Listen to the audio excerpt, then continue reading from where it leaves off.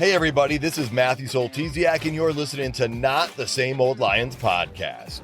Using my sportscasting background, I speak with a variety of guests and interview key players to gain more insight on what makes this team go. As the Detroit Lions enter a new gritty era, we'll look beyond just the kneecaps when it comes to the analysis. Welcome to another episode. In this episode, we celebrate the Detroit Lions' first NFC North divisional title. We're going to talk a little playoff picture. We'll also look big picture. And of course, we preview the Detroit Lions matchup with the Dallas Cowboys in a Week 17 showdown. The Lions travel to Texas, where Dallas is undefeated at home. Let's get to it, Lions fans. Hi, everyone. This is Herman Moore, and you're listening to Not the Same Old Lions podcast. I'm joined by Coach Jerry Angers, named Michigan High School Coach of the Year, as well as Coach of the Week by the Detroit Lions. He's also mentored numerous players at the college level and some all the way to the NFL. Good to have you here as usual, Coach. Oh, great to be here, especially the best season of the year. Christmas is what I was talking about, but the Lions did give us a huge present. They did. I said, good to have you here as usual, but there's nothing usual about the conversation we're about to have because it hasn't happened since before Jared Goff was even born. And so as we get into it, I want to remind the listeners, please hit the subscribe button, hit the like button. It's helping us build our momentum.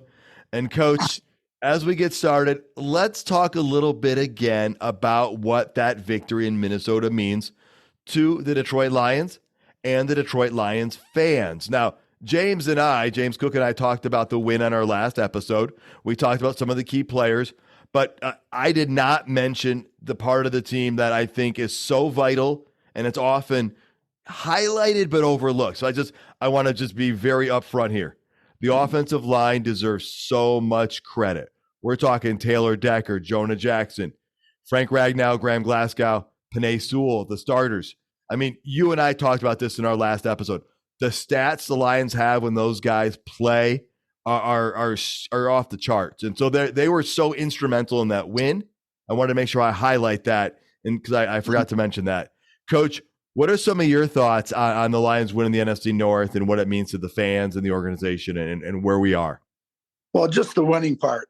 And just knowing that, we won that, we're going to hang a banner with the North Championship. All the years that we've gone through, saying this is the year, this is the year, this is the year.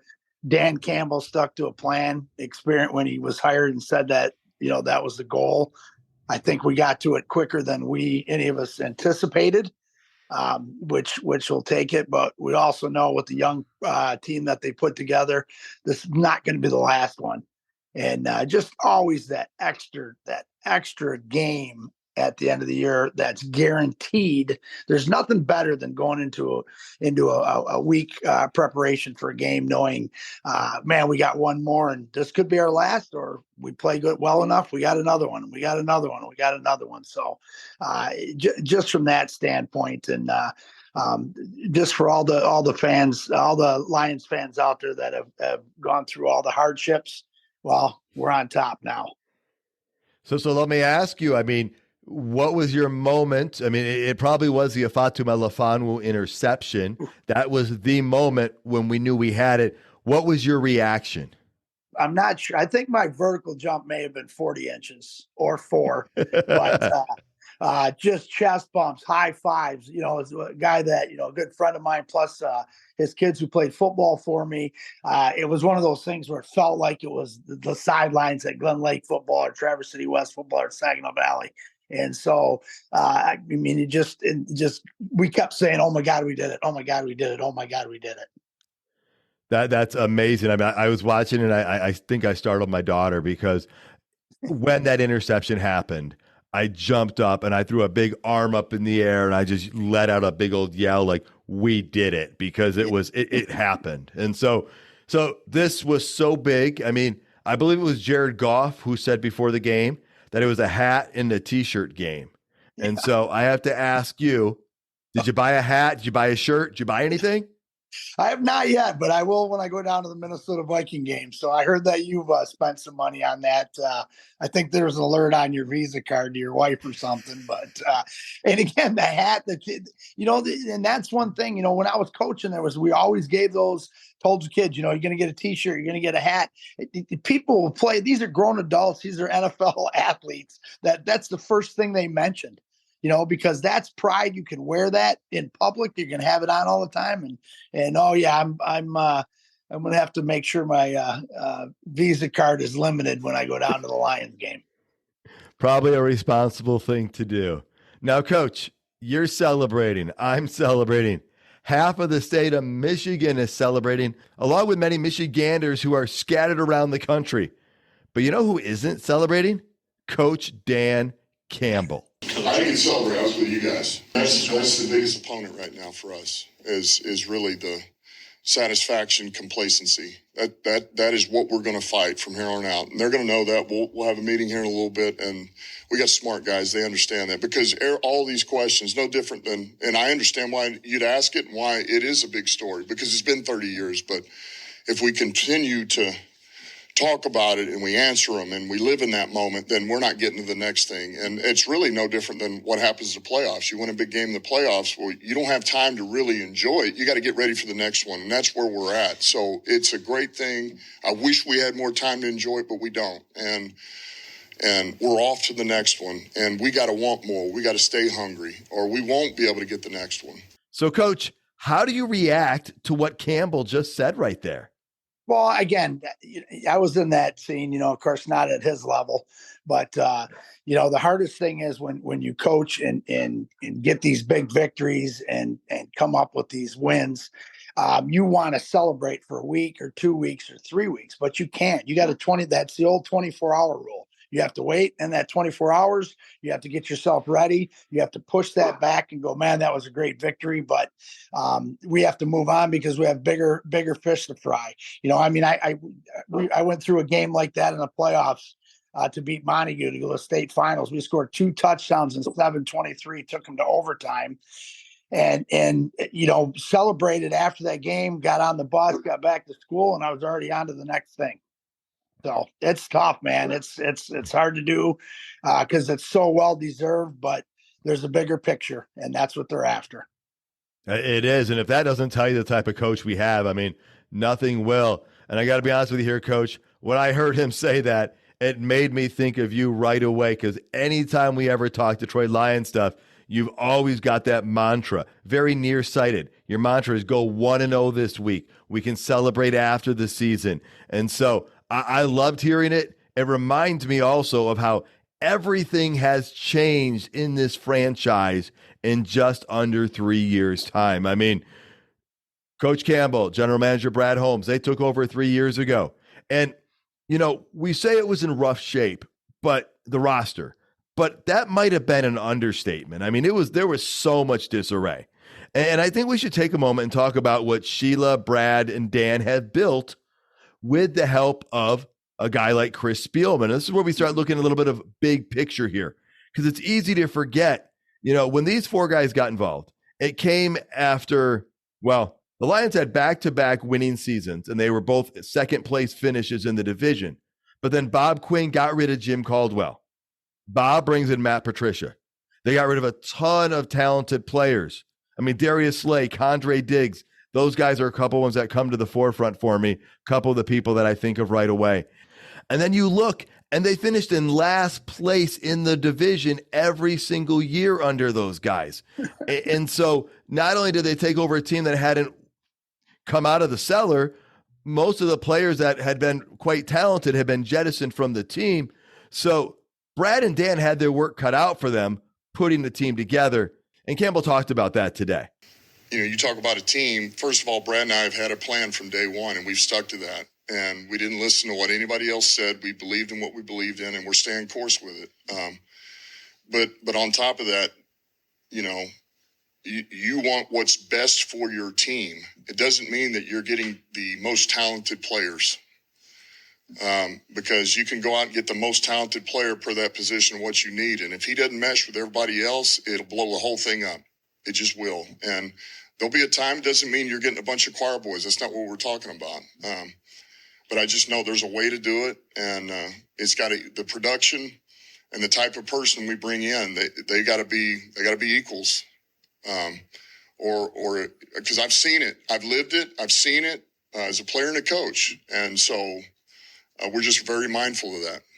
So, Coach, we've been doing this thing on air for about a year now, but you and I, we've bantered about this team for ages. And when it comes to Brad and Dan, since these guys took office, and this is that big picture part. This is something that you have instilled in a message that I've heard a lot, is that they're building the team the right way. They're not just patching some holes or putting some flashy pieces in there and going to see what happens. We love the draft picks this year, even when people wanted to tear it apart. So, Coach, speak to people, speak to the listeners. Why is it that what Campbell said matters so much? Well, I think it's building it from the ground up and doing it the right way, not building it from going out and chasing people down. I'm sure everybody that's listening has watched the Bye Bye Barry video. And what did Barry talk about when he started losing his boys? You know, and you build it, you create a family. You create a brotherhood. You create the guys in the trenches that you want to be with, the guys you want to be in the locker room with, the guys you want to go out to dinner with. And I think that's what these guys have instilled in what they've done. We always hear is it the right guy for this fit? Is he the right fit for this team? And that's what they're doing each and every day. You know, who do I want to go to the locker room? I want to show up to work every day and grind because I love the people that I work with. And I think that's what the Lions are doing. That's what these guys are doing. Chris Spielman lived it. Dan Campbell lived it. These ex-players have all lived it, and whether they were good signs or bad signs, or good teams or bad teams. But what they're doing is they're building for the future, and that's why when you see this is not, and I don't predict very much on here. This is not a one-year wonder. Okay, I'm going to tell you right now, this is not a one-year wonder with this group. Well, that's huge because we've talked about this. The players they brought in, and we said there's something that they see in these guys. I mean, we got to remember, Brad Holmes was a scout before being a general manager. And I don't know if people really give enough credit to the intelligence that he brings to that position from that perspective. Because while they have a scouting department, he knows so much to what to look for that helps that scouting department get that much better. And he has a good eye on what it takes to bring a team together. Now, Coach, you've coached multiple teams. You've personally seen, or have you personally seen what Campbell's talking about? Have you seen it where talented players come in and things just don't mesh and you just don't quite achieve what you're hoping to? Yeah, if you look at, you look at the draft pick a couple years ago, when we took Hutch, and there was another DN that was in the mix too, but he wanted his own brand. And Hutch, what's Hutch's brand? Hutch's brand is, I'm born and bred in Michigan, and I want to be a Detroit Lion. Trevor Nowatzki, he's a undrafted free agent. He wanted to be a Lions. He wants to be part of that team. And that's the thing you got to have all these guys that continue to want to be a part of this in the big picture. Because no matter what the contract looks like today, when you're done, when you're finished and done, you can't take away those championship banners, and you can always show up at those stadiums and go, I was part of that team. Oh yeah. Or I'm a part of that career. I was part of that 10-year run. And I think that's what we're seeing is, and you get these individuals that come in and all they care about is their paycheck, which that's part of it. It's a job, but the ones that can care about their paycheck, but also care about the team and their brothers are the ones that are going to be successful. And that's what these guys have instilled. And that's what these guys are developing with every draft. No, and I like that, finding the right guys. And, one of those guys that they tabbed to be a right guy is something that most people didn't think was a right guy. And I'm talking about the quarterback, Jared Goff. You and I have been a big supporter of him. And I just want to throw out to the listeners, we probably can't get into all the specifics here. We'll have to get into them later in the season or after the season because that's going to be an in-depth show.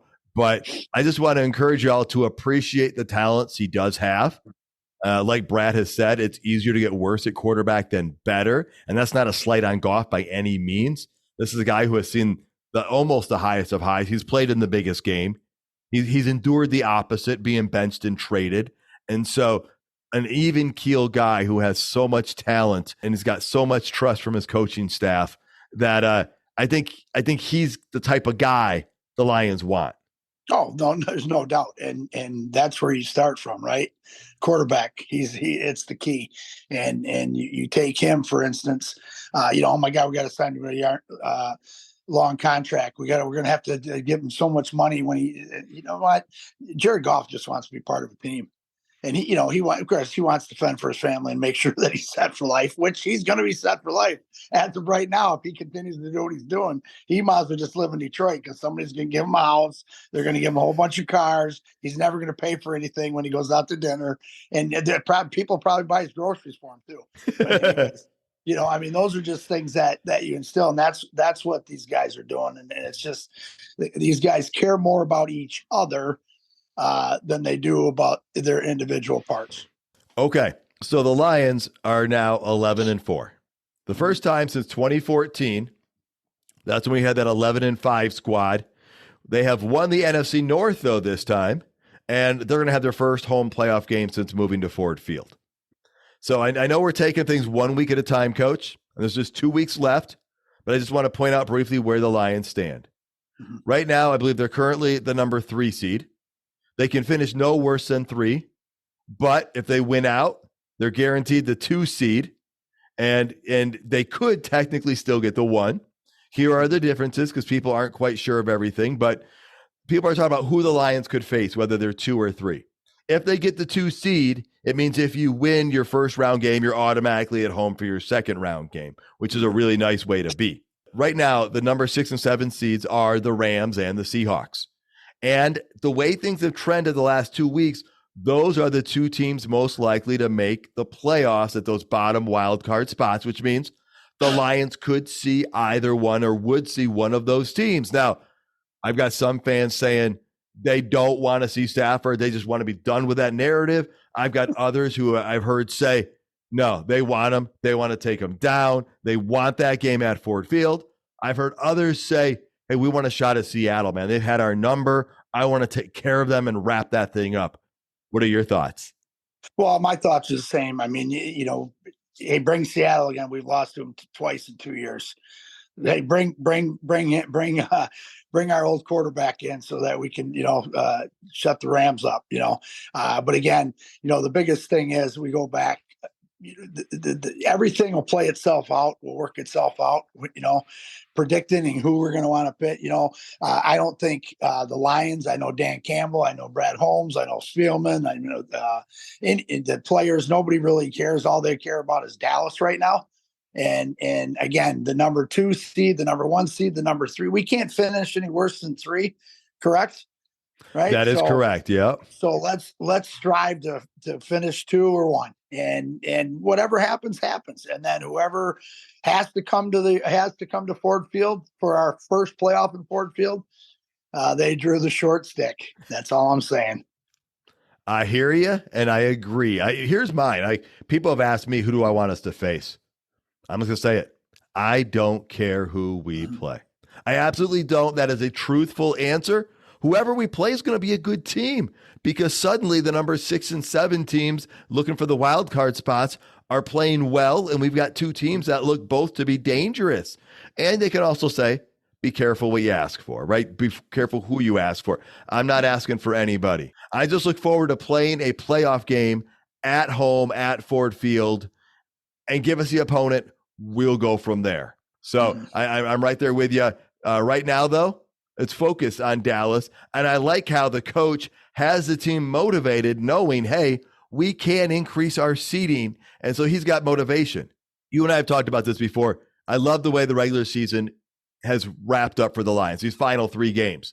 The road game to Minnesota with the division title on the line. That's a road game in a difficult atmosphere. Mm-hmm. Then you head to Dallas. And those are 2 really good games to get you ready for the playoffs. So you're not just playing some easy games and you just think, oh, this is going to be easy. And so here's Coach Campbell talking about how they finished the season. It's important. We checked the box on one thing, and now it's to the next one. And so at this point now we're fighting for the 2 seed. And look, if you're able to get to the 1, so be it. But right now, what we know we can achieve on our own is the 2. And that's no easy task. We got to go to Dallas. They haven't lost in I don't know how many games at home. And they play really well there. It'll be loud, but we're looking forward to it, and I'm looking forward to going out there and playing a really good opponent at their place again. We've done pretty well on the road. We handle it well. And then to go out there and play for Jimmy too. This would be great, man. Jimmy Johnson. So, Coach, let's start talking about Dallas. They're the losers of 2 straight games, but those are both road games against Buffalo and Miami, 2 teams that are not slouches, by the way. Dallas is undefeated at home, and I think I heard a stat that they might be 15-1 in their last 16 games at home, something like that. It's a really incredible stat. And after that win against Philadelphia a couple of weeks ago, people were saying the Cowboys are going to be the number 2 team in the NFC. So what are you expecting out of this Cowboy team? Well, I mean, you got to look at their last 2 road games. They played 2 tough teams. They only scored 30 points and had 534 yards in total offense against Dolphins and Buffalo Bills. It's just crazy, and then you watch them at home. Buffalo steamrolled them for 266-yard rushing yards. Tua threw for 293 yards. Granted, they did hold Miami to 5 field goals, but that last drive ate up the clock. 13-play drive, 64 yards with a little over almost 3.5 minutes left. They ate up the clock and they won the game. It's going to be a tough one. I mean, it's going to be a tough one going into Dallas. It's playoff atmosphere, I think, for both teams. We do pretty well on the road in hostile crowds. You made that point.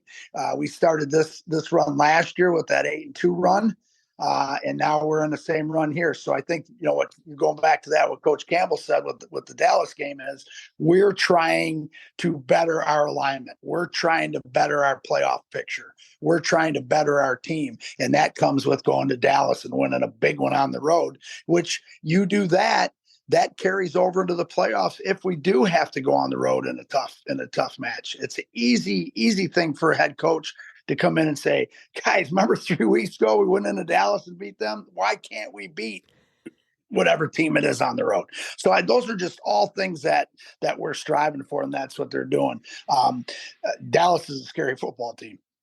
You know that, and I know that. We want to talk. Go ahead. What do you think offensively wise? Oh, man. I mean, you look at them. I mean, again, they're different teams home and away, and we have to go face them at home where they're the most dangerous.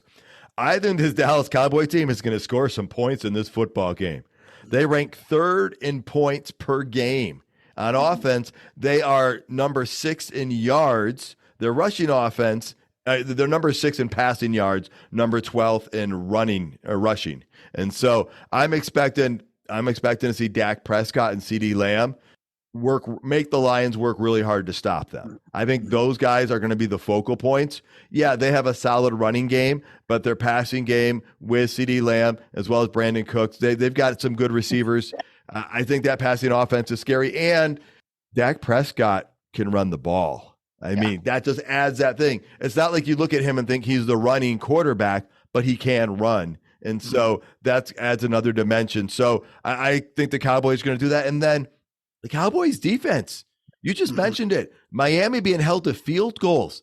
Their defense is actually 5th in points allowed. And that surprised me. I didn't realize how good that was. So it's a good reminder that this game is going to be a really difficult challenge. I mean, the Lions are 6-point underdogs right now from Vegas, like right out of the gate. And so, yeah, you said it. It couldn't be a better challenge right now. Well, and they're household names. I mean, let's list the offensive guys right now: Lamb, Schultz, Cooks, Ferguson, Gallup, Pollard. Offensive line: Martin, Taylor, and Tyron Smith. I mean, those are some dudes. People know who these guys are because most of them are the best in their spots or in the top 2 or 3 at their position. And those are things that you have to worry about. You go back to the one about where you said he's a runner. He is a runner. I think I'm going to go out on the limb. I think this is the best offense we are gone against. Nothing against the Ravens that doesn't have a true quarterback that we have to worry about 5, 6, 7, 8, 9 designed run plays, but they will call a few of those run plays with Dak. And Dak has been doing a great job of getting out of the pocket and find a little time or running for a first down. He's changed his game up that a little bit. So I think those are the big things. I totally agree with him, but they're just a scary team. Again, he's not a Fields, he's not a Lamar Jackson, but he's Dak Prescott, and he's having his best season of his career right now. And he's trying to get better, defensively. I mean, again, household names, right? Yes, Micah Parsons. I mean, that guy is going to definitely give the Lions some work. But you're right. If we go back to Dak Prescott for a minute, I mean, the dude has seriously cut down his interception rate this year. Only 7 interceptions, 30 touchdowns to 7 interceptions. He's got nearly 4,000 yards passing. And so he has definitely put some great stuff together. He is having a solid, beyond a solid season, he's having a really good season. So the Lions will have their work cut out for them. So what do you expect out of the Lions? Well, I think the biggest thing is we have to get ahead of them. Okay, we have to keep that game close. They don't let's go back to that defense. Parsons, Lawrence, Bland. Doesn't Bland have more touchdowns than half the receivers in the NFL? Gilmore, the old guy, right? 12-year veteran, which he shut down A.J. Brown a couple weeks ago. Trayvon Diggs, Jerome Kearse. These are scary dudes, and if you offensively, if you don't get ahead of the chains on them, if you give Parsons and Lawrence an opportunity to pin their ears back and come get you, we don't know where Parsons is going to line up. He's going to line up at Mike linebacker. He's going to line up at outside linebacker. He's going to line up at DN. He's going to line up at D tackle. They're going to exploit and find our weakness on the offensive line. Good luck. Where they're going to line him up, and those are things that we have to take into consideration. So, to beat them, we have to stay ahead of schedule. We have to stay ahead of the chains. We have to keep it a close game. We can't let them jump out on us, which is what they do to everybody. But the good thing about us is, I believe even if they do jump out on us, we're going to fight and claw our way back. And that's where I think we can beat Dallas. Is we have to keep that game close, within a score one way or the other, and make sure we got the ball in our hands on that last drive. And we got a good shot at winning this. So, and we got a big crowd we got to deal with, but we've done that before. We have it. And I said, right now the Cowboys are 3rd in points scored. The Lions offense is 4th in points scored in the NFL. The Lions passing offense is 5th in the NFL. Our rushing offense is 3rd. Yeah, you heard me right. We have the 3rd best rushing offense. Yeah. And I think that plays to that point you said right there. We don't want to get behind a lot because we want to run that ball, because that does 2 things, right? It controls the clock. We totally own time of possession against the Vikings last week, but then it also keeps that defense by the Cowboys at bay, that they can't pin those ears back and just come after us because we're passing all the time. Mm-hmm. Oh, yeah, that's for sure. And go back to that 3rd in the NFL in rushing. That's without any yards added by our quarterback.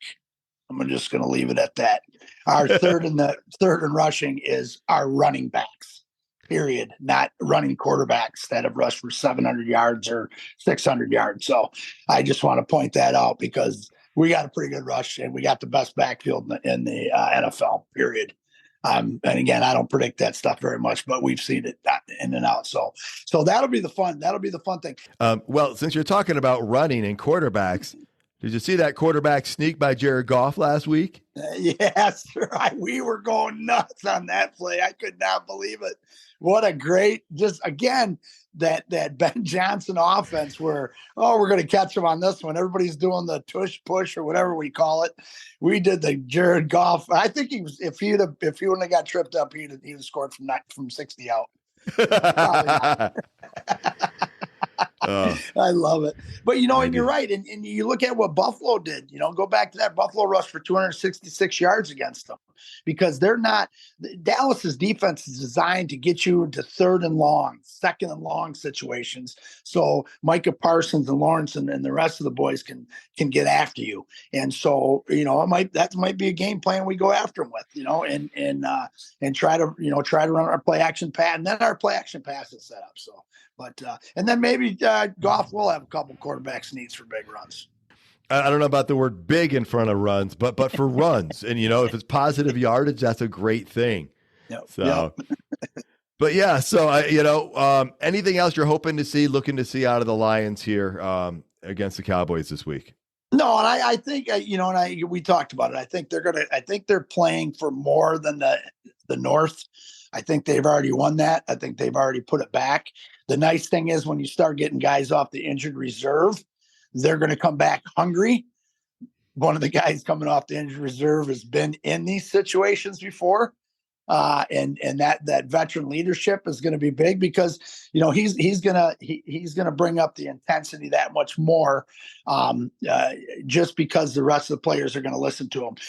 And he's a talker. We all know that he is the biggest trash talker in the NFL. But in the locker room talks and stuff like that, even with Teddy Bridgewater too. We've heard so many things about him. These guys have all been in these situations before with our young guys, and they're going to help move them along and bring them along and make sure we're doing what we're supposed to be doing to get ready for this big Monday night football game on Saturday night.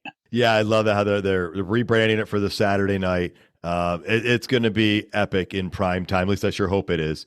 My question for you here, though, you brought up a guy. You brought up CD Deuce. And I think one of the big storylines right now is there's going to be a lot of roster movements by the Lions in the next 2 weeks. And you said that to me, last week. And so I'm just kind of repeating I'm not telling you anything you don't know, but the listeners might not realize it, because you mentioned there's guys designated to come back or could come back from IR. CD Deuce could come back this week and play. We're going to possibly see multiple rosters move these last couple of weeks. But, Aleem McNeil's another candidate for that. Mm-hmm. But the way Ifeatu Melifonwu is playing and CD Deuce coming back, I've got to envision that and I think that may have even been alluded to by Campbell in his presser today, is that they might have to look for some special packages. And I think those special packages might be a dime package in a way that if you think they're in a passing down, or you want someone else to spy the quarterback because our run defense has been so good, because having Branch and Melifonwu and CD Deuce, I mean, they're not linebackers, but they are physical guys. And Joseph. And we also have another guy named Walker, I believe, too. And Walker, I mean, yeah, and you're right. I mean, those are, and again, and I think that's what AG's been working on all year with these different things. Now you're bringing in Maben, and he's doing more package stuff in the last couple of weeks than we saw him all year. And again, that one game Branch only played half of the snaps, because I think he just worked that nickel corner or box safety, whichever one it was. I don't know exactly what it was, but I think that's what they're doing right now. And then you bring in a guy like Deuce, and who knows the game and who can help these guys and put these guys with his leadership and his tenacity and his smarts on the field, they're gonna be a big difference. And you got a Branch that's I think can play in the box. We've seen it. I mean, if he can play in the box, we've seen that. I mean, the other corner. Oh my God, I keep forgetting his name. Kindle Vildor or Dorsey. Thank you. Man, he had some huge hits last week. So, and then, Rodrigo had a great play last week. Oh, so, huge play. Yeah. You're starting to see that depth pieces, and AG's just licking his chops going, look at these bodies. Now I have to make sure I get them in the right place at the right time.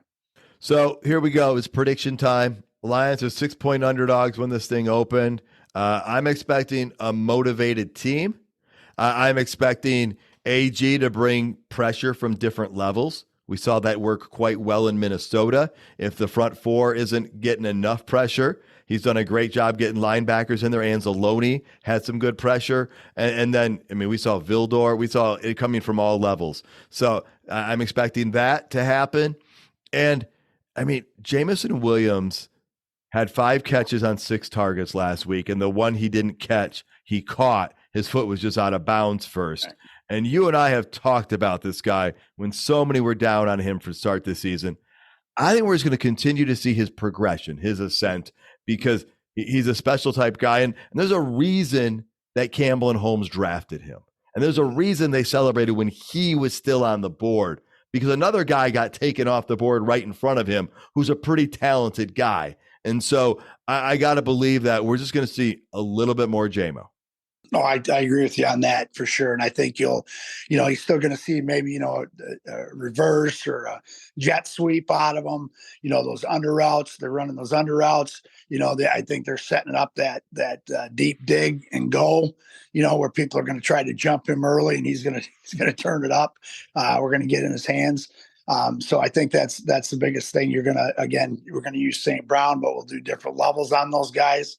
You're going to see a lot of quick pass. I think more quick passing this week just because of their front is so good at getting to the quarterback. Goff's going to try to get out of his hands quicker, which he's been doing a great job of that the last couple of weeks. And then defensively, I think you're going to see a lot of bracket stuff. You're going to see a lot of, and we did a great job last week. Again, Justin Jefferson may be the best receiver. CD Lamb is, I mean, you can argue who the best receivers are, but Justin. But no doubt he's up there. No, there's no doubt. That catch he made, we couldn't have covered that any better. You know what I'm saying? And that's the ones that we're going to have to just figure out how we're going to do. And I think those are with the bodies we got coming in with Iffy, getting these starts over the last couple of weeks. And then with Ducey coming back off that injury. So I think you're going to see that. And, the start of the game, my concern is the Baltimore Ravens start.